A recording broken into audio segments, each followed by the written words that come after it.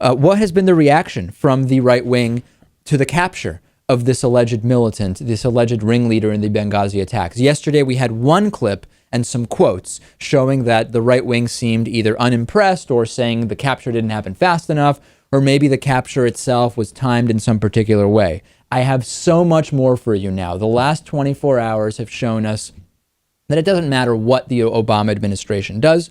President Obama could, I don't know, cure cancer.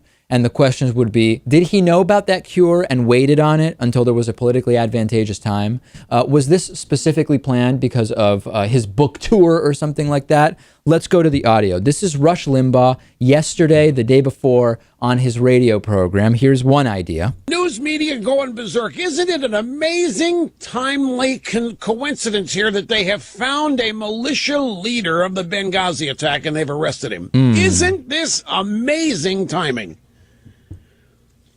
Fox News had the exclusive, but now it's all over the place. U.S. forces have captured a militia leader, suspect in the 2012 Benghazi terror attack that killed 4 Americans. So I guess the video really wasn't to blame. Right. Of course, subsequently, we now have the statements from Mr. Khattala saying the video was a factor. And then Rush Limbaugh, he wants to drill down. Here he introduces the idea that the timing is very suspicious.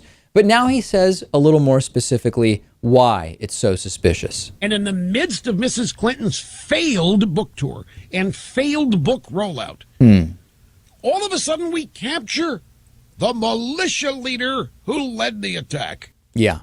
On Fox News, Lisa Kennedy Montgomery pushed the same idea, that this was connected to the Hillary Clinton book tour. Watch this. You have the former Secretary of State who's in the middle of a really high-profile book tour, and I think this is convenient for her to shift the talking points from some of the things that she's been discussing. And then another Fox News contributor suggesting the same thing. The capture itself is no great victory.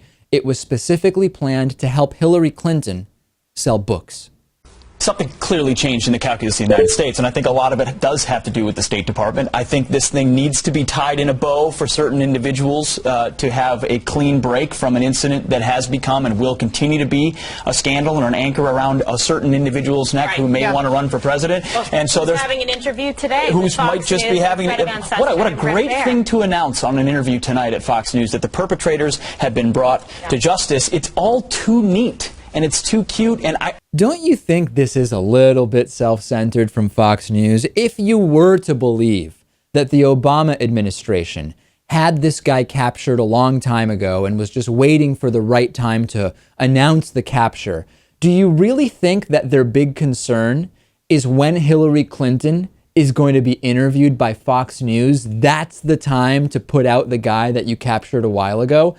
Not only is this just absolutely, completely free of any facts or evidence, Lewis, it centers around an incredible level of arrogance and self-centeredness from Fox News that all of the Obama administration moves and calculations are based around Fox themselves. Right. They're also kind of, they're blowing things up overall, but they're also blowing up the relevance of this one guy. They make it sound like he's bin Laden or the leader of Al-Qaeda or, someone of importance. And he's really just a guy who set fire to a building. Okay, which of course, ultimately it led to a totally tragic situation. But you're right, this is one of many people who were involved in something that happened a dozen times under George W. Bush, and nobody even cared about finding those people. So we're of course not reducing the tragic nature of this incident, but Lewis is making a good point. How many ringleaders were there in the dozen or 13 attacks that were similar under George W. Bush? Nobody even seems to care who those people were.